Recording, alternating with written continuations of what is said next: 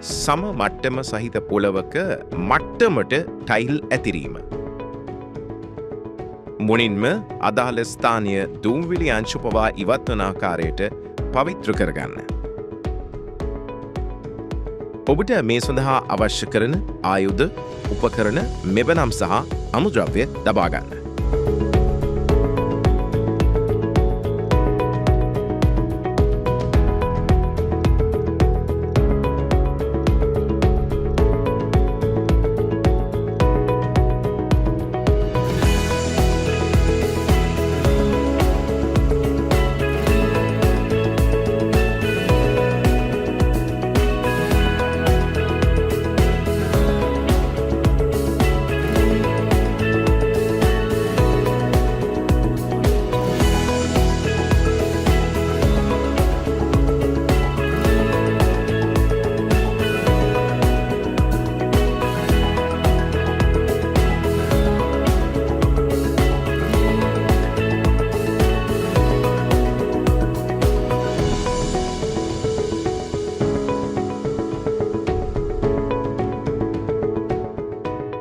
Tile ඇතිරීමට පෙර බදාම ඇතුරුන් පුෂ්ටය මට්ටමට සහ මුළු පරස් ඇද්දැයි ඔබ පරීක්ෂා කරගත යුතුයි. ඒ සඳහා භාවිතා කළ හැකි ක්‍රම දෙකක් තියෙනවා. පෘෂ්ඨයේ විකර්ණ දෙකෙහි දිගමැන ඒවා දිගින් සමාන වේ නම් එම පෘෂ්ඨයේ මුළු පරස් නොමැති බව ඔබට තේරුම් යනවා. එවිට විකර්ණ හමුවන ලක්ෂය පෘෂ්ඨයේ මධ්‍ය ලක්ෂය වනවා. අනික් ආකාරය වන්නේ 3, 4, 5 යනුවෙන් ප්‍රායෝගිකව හැඳින්වෙන ක්‍රමවේදයයි. මෙහි දැක්වෙන පරිදි අංක 1 සිට 6 දක්වා පිළිවෙලින් ඇන භාවිතයෙන් නූල් ඇදීමක් සිදු කරනවා.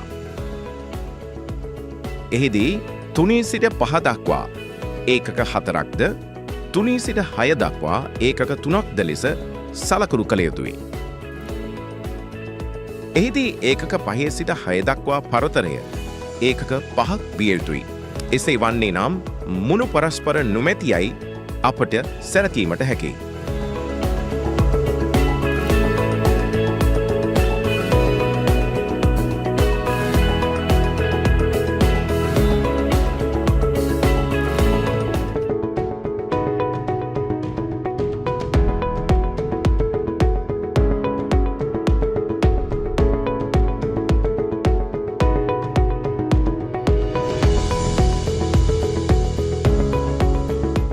දැන් ඔබ මට්ටම් රේඛාව සලකුණු කරගන්න.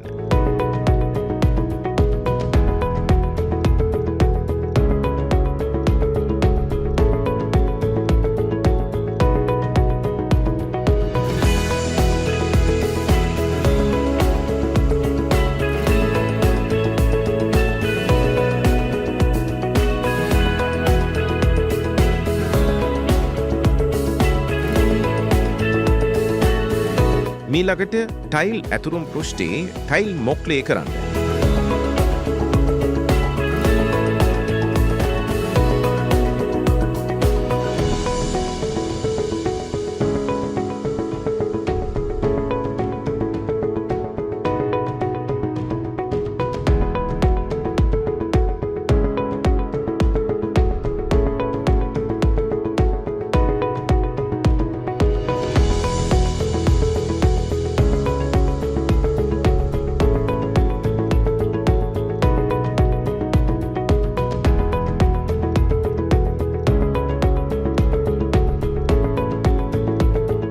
අවශ්‍ය නම් පෘෂ්ඨය ජලය ඉස තෙමා ගන්න. අවශ්‍ය නම් පමණක් ඔබට ටයිල් ජලයේ පොගවා ගත හැකියි.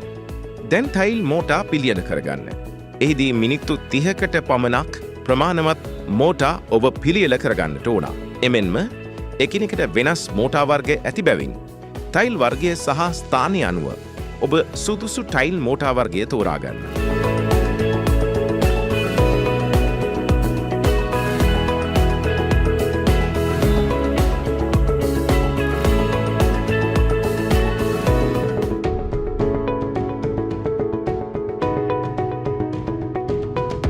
වර්ග මීටර 1ක් පමණ දැන් කටු හැන්ද භාවිතයෙන් ටයිල් මෝටා එක් දිශාවකට පමණ ඇතිරීම සිදු කරගන්න.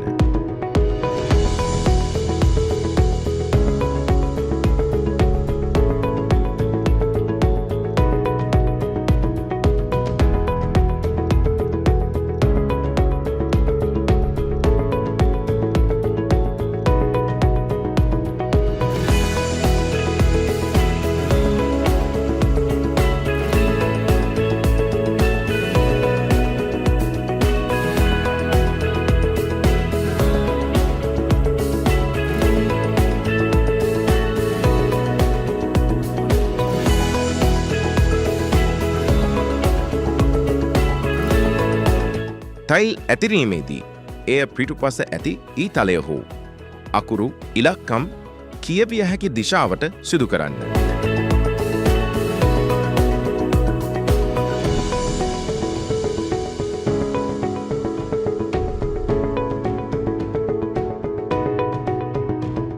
මෝක්ලේ කරන ලද ආකාරයට මට්ටම් රේඛාව ආධාර කර ගනිමින් පළමු ටයිල් මට්ටම තබා ගන්න. පළමු ටයිලය සහ මට්ටම් රේඛාව ආධාර කර ගනිමින් කෙළවර ටයිලයද මට්ටමට තබා ගන්න. දෙකෙළවර ටයිල් කැට අතර මට්ටම් නූල දැන් ඇද ගන්න. මෙහිදී එක් වරියක ටයිල් කැට දෙකක් පමණක් ඇතිරීම කරන බැවින් මට්ටම් නූලක් ඇදීම සිදු කර නැහැ.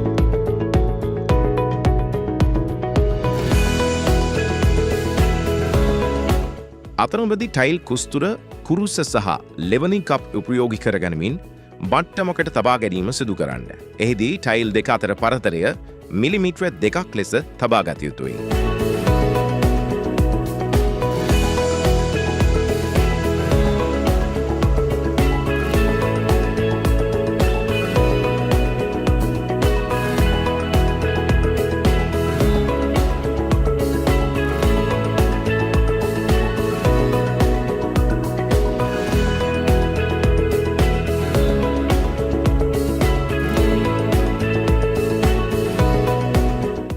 මේ ආකාරයට ඇතුරුම් පෘෂ්ඨයේ සියලුම ටයිල් අතුරා ටයිල් මත තැවරෙන අපද්‍රව්‍ය ඉවත් කර ගැනීමට ඔබ කටයුතු කළ යුතුයි.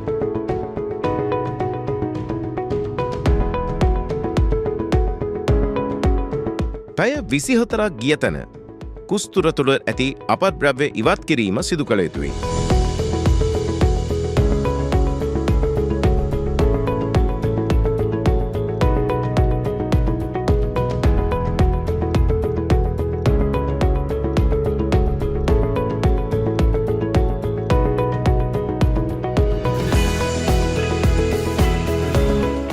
ටයිල් වර්ණයට ගැලපෙන ටයිල් ග්‍රවුඩ් පිළියෙල කර මේ ආකාරයට කුස්තුර පුරවා ගන්න.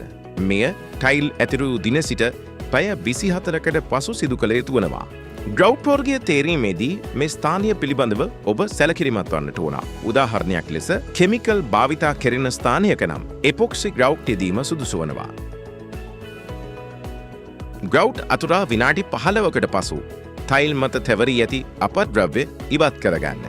ග්‍රවුඩ් අතුරා පැය 24කට පසු ටයිල් ඇසුරුම් පෘෂ්ඨය පිරිසිදු කර ජලය භාවිතා කර සෝදා හැරෙන්නට ඔබට පුළුවන්.